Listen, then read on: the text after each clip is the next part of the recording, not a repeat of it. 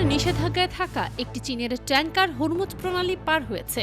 মার্কিন নৌবাহিনীর দেয়া অবরোধ উপেক্ষা করেই জাহাজটি এই সমুদ্রপথ অতিক্রম করেছে। এলএসইজি, মেরিন ট্রাফিক এবং কেপলার নামের তিনটি প্রতিষ্ঠানের বরাত দিয়ে বার্তা সংস্থা রয়টার্স এই তথ্য জানিয়েছে। রয়টার্স বলছে, জাহাজটির নাম রিচ স্টাইরি। অবরোধ শুরুর পর এটি প্রথম জাহাজ যা প্রণালী পার হয়ে উপসাগর থেকে বেরিয়ে গেছে। জাহাজটি এবং এর মালিক প্রতিষ্ঠান সাংহাই সুয়ানরুন শিপিং কোম্পানি লিমিটেড। এর আগে ইরানের সঙ্গে লেনদেনের কারণে জাহাজটি যুক্তরাষ্ট্রের নিষেধাজ্ঞার মুখে পড়ে।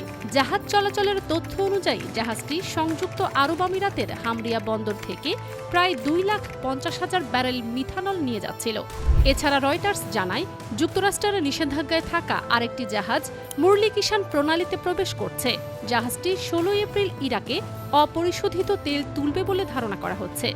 MKA নামে পূর্বে পরিচিত এই জাহাজটি রাশিয়া ও ইরানের তেল পরিবহন করেছে বলে প্রতিবেদনে উল্লেখ করা হয়। পরিসংখ্যান বলছে, ইরানে মার্কিন ইসরায়েলি আগ্রাসন শুরু হবার পর গত 1 মার্চ থেকে এ পর্যন্ত অন্তত 150টি ট্যাঙ্কার হরমুজ প্রণালী অতিক্রম করেছে। এর মধ্যে অন্তত 100টি ট্যাঙ্কারের ওপর মার্কিন নিষেধাজ্ঞা আছে। ধারণা করা হচ্ছে, এসব নিষেধাজ্ঞা পাওয়া ট্যাঙ্কগুলোর বেশিরভাগেরই গন্তব্য ছিল চীন। তুরস্কের রাষ্ট্রপরিচালিত সংবাদ সংস্থা আনাদোলুর খবরে বলা হয়েছে, জাহাজ চলাচল ট্র্যাকিং প্ল্যাটফর্ম ট্যাঙ্কার ট্র্যাকার্স জানিয়েছে, গত 1 মার্চ থেকে এ পর্যন্ত 150টি ট্যাঙ্কার হরমুজ প্রণালী অতিক্রম করেছে, যার মধ্যে 100টি সুপরিচিত নিষেধাজ্ঞা লঙ্ঘনকারী হিসেবে শনাক্ত হয়েছে।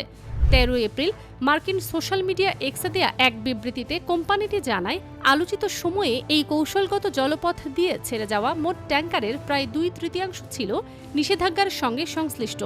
বিশ্বের অন্যতম গুরুত্বপূর্ণ সামুদ্রিক চোক পয়েন্ট হিসেবে পরিচিত হরমুজ প্রণালী দিয়ে বিশ্বব্যাপী অপরিশোধিত তেল ও জ্বালানি চালানের একটি বড় অংশ পরিবাহিত হয়।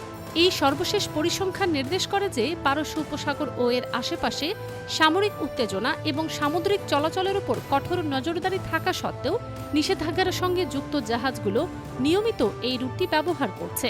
তবে ট্যাঙ্কার ট্র্যাকার্স তাদের পোস্টে জাহাজগুলোর পতাকার নিবন্ধন, কার্গোর ধরন এবং গন্তব্য বাজার সম্পর্কে তাৎক্ষণিকভাবে কোনো বিস্তারিত তথ্য প্রদান করেনি।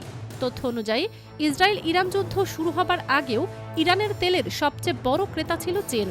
ইরান থেকে রপ্তানি হওয়া মোট তেলের প্রায় 80%ই চীন আমদানি করত। শিপিং ডেটা ট্র্যাকিং সংস্থা কেপলারের তথ্য মতে, গত বছর চীন প্রতিদিন গড়ে 13.4 লাখ ব্যারেল ইরানি তেল কিনেছে।